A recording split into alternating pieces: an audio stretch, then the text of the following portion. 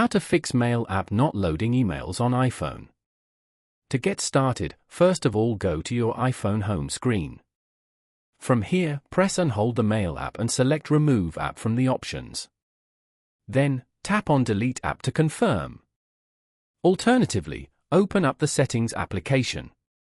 Turn on airplane mode as shown. After some time, turn it back off. And then, scroll down to the end and tap on Apps. Here, scroll down and go to Mail. You are now in the Mail settings page.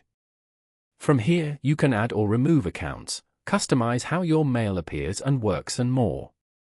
Go to Mail Accounts. You can view all your mail accounts over here. Tap on any account. For example, Gmail. On this page, turn on the Mail option. Now, go back to the Settings page and go to General. Then, go to Software Update. You can update your phone from here and view all the available updates. As you can see, your phone is already up to date.